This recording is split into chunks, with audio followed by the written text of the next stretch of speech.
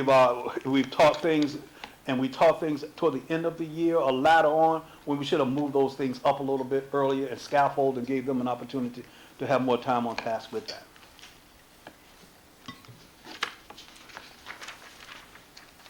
Science.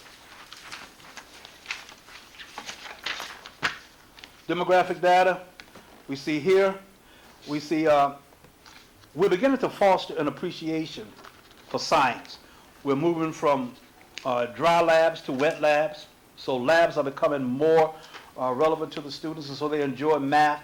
And we're beginning to make, science, we're beginning to make science more practical for them. We're moving science out of the book and putting it more into their hands and a hands-on approach, and that seems to be where the kids are. One of the things that we have made, and of course with the pandemic going on, it really hindered us and hampered us on exactly how we would teach science. Science and PE were probably the two most difficult courses to actually teach during the pandemic. And so even Rob Harmer, we would how you do fitness things through Zoom and so on Schoology. So we had to figure those things out. And then we also had to figure out how can you do labs and what's the best way. So we went from what we call wet labs to dry labs, and the students. But now we're back to that type of setting. Students are becoming more interested in doing science. Last year, grades 9 through 12 were combined in the 2021 report. So this is the first year that they broke it out like this, and so we really don't have anything to compare these numbers to from last year because they were all mixed together. Here's another visual with science. And again, it is the integrated science approach that we are looking to be with, and we have just put our hands, we are very confident that that seems to be the problem that we're having in science.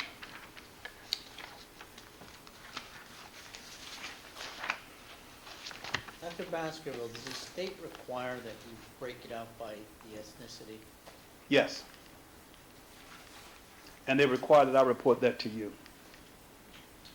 Dr. Baskerville, Yes. in terms of the integrated science approach, do you know of any other neighboring districts that are using it? And how did you come about implementing that? What did it take? We sat down and we looked at what was, actually it was Dr. Jeff Celebrate.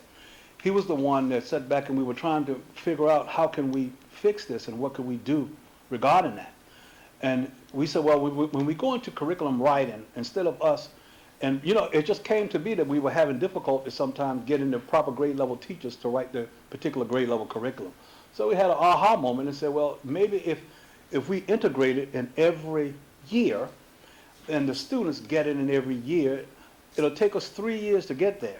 But once we cycle through the middle school and those kids start pushing up to the high school, we would have accomplished what we were setting out to do. And so that was like the nexus of it when we came. And most of the credit I would give to Dr. Jeff Celebrate for coming up with that approach to actually mix those things together and just try to teach them all at one time. Because one of the things that the teachers were even noticing is that the students had forgotten when they reached one level, they had forgotten, but they hadn't learned because they had not had it in 2 to 3 years. Mm-hmm. And so they forgot that when they got there. So then we said, well, let's just solve it this way. And so it's been patience because, I want it now, but it takes time to get there. I think it's something that if you have benchmarked success, over time, you have to give it that time to take the temperature and to see the results. But if it's something that we continue to do well, if it's something that was organic and Mr. Celebrate Yeah. thought this through and we implemented it well, it's something I think that we should tout, because it's and have other districts take a look at and use as a poster child for their program. And this is the time I can just tout this. We have a couple of things that we think we're doing differently than anyone else. And another thing, I'll have a meeting with them on Monday with Lincoln, because we have developed our own catalog of interventions for RTI. And so we want to populate those things into Lincoln, but we want to make sure that Lincoln keeps it within the Piscataway domain and it does not travel outside. So we're having those conversations too, but we're very proud of what we're doing with that. Dr. Baskerville, I asked about ethnicity because to me it's a difficult thing. If you looked at mathematics and you looked at science and you looked at the bar graphs that you showed by ethnicity, so the state expects you to report that and report it to us, but your response to intervention isn't by ethnicity.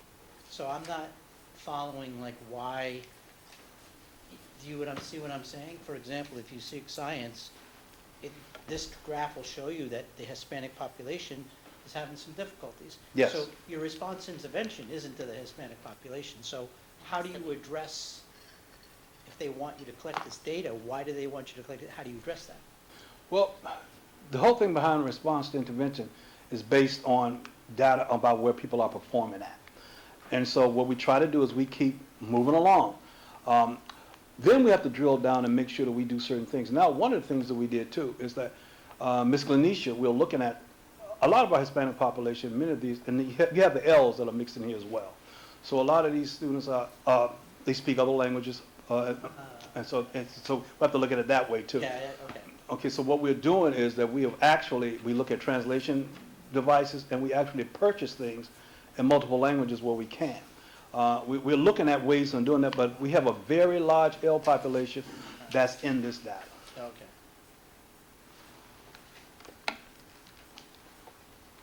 It's important though, I mean, I just, as a comment, like, to realize that certain, different populations may have different needs, and although you're not, making interventions specifically to race or ethnicity, do know that it needs to be thought of when coming up with interventions. Yes. Because some interventions just Well, that's do what I not. was getting at. Yeah, some interventions don't go across the board But the through fact every that, ethnicity. doing it in different languages, I wasn't thinking that that could be something that, I mean, not just that, I mean, Yeah. just culturally also, Right. there are certain things Oh. that are different. Yeah. Well, we're here for all the children, that's right.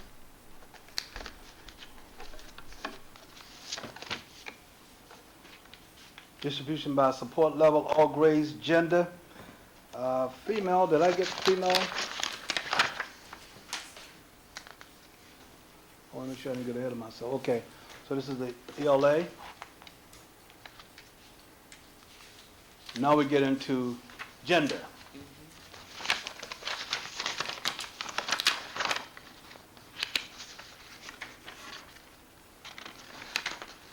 We're on page 15, is that right, sir? Yep. Okay.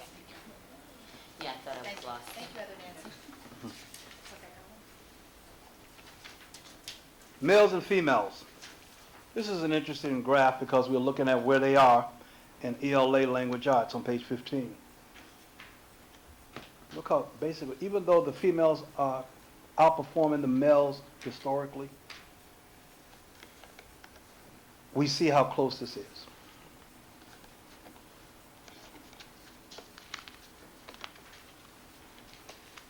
Mathematics by gender.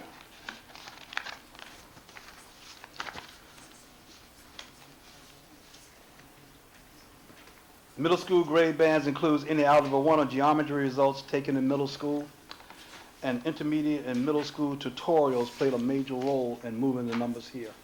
And our tutorial programs, we started an approach called acceleration because that's what the state wants us to do. And the state is saying we don't want you to have a remediation mindset, because remediation is more like looking backwards, where acceleration is you're trying to pull students on grade level standards. And so our programs have been geared more towards learning acceleration. And if you see here, even all the way up and down, we have very strong tutorial programs. We're even looking at, even in middle school, they call theirs the Phoenix program. So they have another name for it as opposed to just calling them tutorial programs. But you can see what is going on here. Look all the way over. I just put both sides of this so you can actually see how the males and the females are shaking out. 54%. Just look at that. Last year for middle school elementary females, 38% this year. You see the improvement. So we're learning that if we just start making gains in elementary school and start pushing up, that sooner or later we will cycle through the whole system. Good visual for that.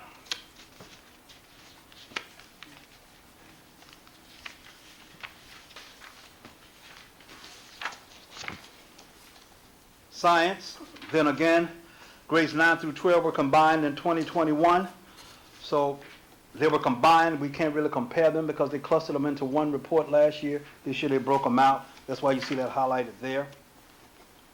But again, it's still the same thing. If you notice, when it comes to science and you start looking at the need less support, You see the numbers there, and we need to work on those numbers. We're really banking on the integrated method and being what we're doing there, and our approach to science. We're moving to a phenomenon-based approach to science. The next generation science standards, very hand-on, inquiry-based. We're using mystery science, and we actually went to purchasing the kits. Thank you, Ms. Oliveira. And so we're purchasing the kits, and what the kits do is that we're piecing things together to do experiments in the class. Now we have the mystery science as a primary resource, and we are purchasing the kits that go with the mystery science, and that's making a big difference as well. There's a visual for that. It just makes it easier to see. And then here, I just left this blank for the most part for you to just look at this. By program, free and reduced lunch. 504, L's. What is interesting is, even with that data, that we can see that those are some of those students that are still with less support and are scoring well. Look at the students with free and reduced lunch, 31%. Section 504, 38%. And so if you add that with level 2, you get a larger number. If you look at special ed, 12%. So that's not, they are progressing and they're moving forward.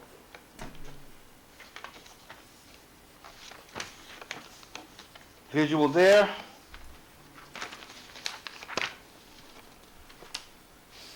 Again, a true accurate measure on this is because most of our level 2 students are right on the cusp. So if you basically add the level 2 and level 3, that will give you a good idea of what total proficiency basically is. As you go down and look at, even here in mathematics, we have L's, 20%. Even though there's a language barrier and they're doing well, they're doing something, they're doing substantially better in ELL, and they're actually performing decently in mathematics. If you see that, that's a long way from where we were 5 years ago, 4 years ago, 3 years ago, last year.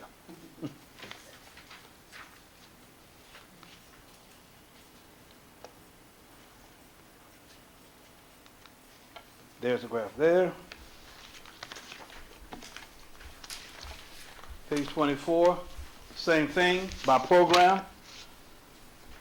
Section 504, 7%. Free and reduced lunch, 12%. Look at the L's. That's where they fall off. The L's seem to be strong in math. Then, of course, they're in ELA where they have their language problem, and in science.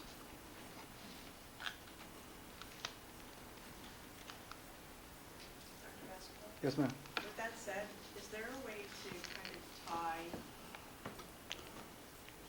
the language and math together? Like you talked about that in the beginning of the presentation. Yes. But to really kind of expand upon the ability, the mathematic ability, but also tie it to using it to explain and problem solve. What they do is, especially the dual endorsed teachers and the ones who pull them out, is that they have like a progression on what they do with them actually, because they try to weed them off of the language and move them totally into English. But we find that when we use them in science and in math, that if we allow them to, we still allow them to work a lot in their home language, and we try to move them forward, more so than in ELL and then in ELA. So in ELA, especially, and even down in elementary school in our Spanish classes, the teachers by grade 3 want them to totally speak Spanish in the lessons.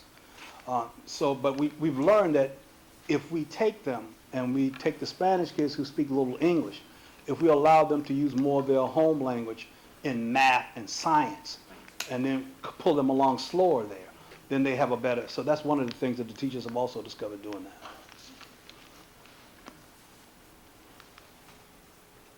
There's a nice visual there. Made it. Thank you, Dr. Baxter. Thank you. I'll just, Dr. B, thank you. This is a lot of information that you get and you try to parse through and see, where we need to work and the good parts about it. I just want to stress that as this information is important, our kids aren't data points. There are people. They are sitting in their seats, and whether they're concerned about what's going on at home or what they have to eat or what's going on in society, we take this information for what it's worth. A data point, one test one day. A kid might have had a bad day, and we really don't judge who our kids are based on that. I agree 100%. I just have, I'm just curious. Yeah. You have this data points collected. Do you have view of other school districts, or this is all confidential per school district? Yes, we have comparative data from across the state, yes. Just to clarify, the Start Strong is like that's the one in the fall, Beginning, yeah. correct? That's like the 10-question test? Yep. Yeah. Just- Yeah, 20 minutes, give it when you Yeah, can. that's what I'm remembering. Yeah, there's a It's the window, 10 it's given in the question, fall, it's 10 Multiple questions. choice, It basically hits Gotcha. like a standard per question. Yeah, gotcha, understood. it's, it's a difficult test. And- It's just Difficult to interesting, measure it's just in 10 interesting, right, questions. it's just interesting to It's difficult to measure measure this in kind 10 of questions. information. And again, that's why we take it for what it's worth, and we'll use it for what we need to. But we see our children as people rather than data points. So that concludes my report. Thank you, Dr. Thank Bates. you. Yes, sir, thank you. Next on the agenda is Personnel and Labor Relations, Ms. Delgado Cohen. Be it resolved that the following motions identified as items A through D be approved as presented. Second. Does it have to be, Mr. Secretary, please take the roll. Mrs. Cordino? Yes. Mr. King? Yes. Mrs. Lane? Yes. Mrs. Rashid? Yes. Mrs. Salgado Cohen? yes. Ms. Smith? Yes. Dr. Connors? Yes. Ms. Cherry? Yes. Motion's carried. I'd like to take the opportunity to welcome Dr. Lotman and Mrs. Lotman to the family.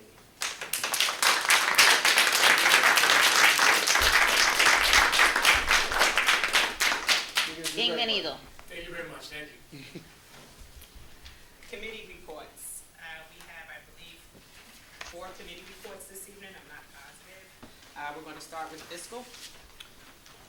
Well, the Fiscal Plans and Operations Committee met on February 1st to discuss the 2023-24 budget, capital projects, and the Energy Savings Improvement Program, and more.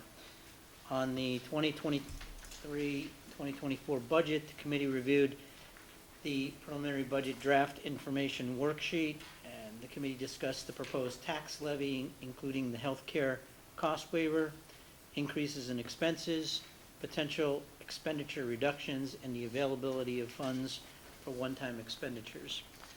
Facility capital projects, HVAC upgrades, unit ventilators in the media centers and faculty rooms at Knollwood and Randolph Elementary schools are working, with the exception of one unit that's awaiting a replacement part.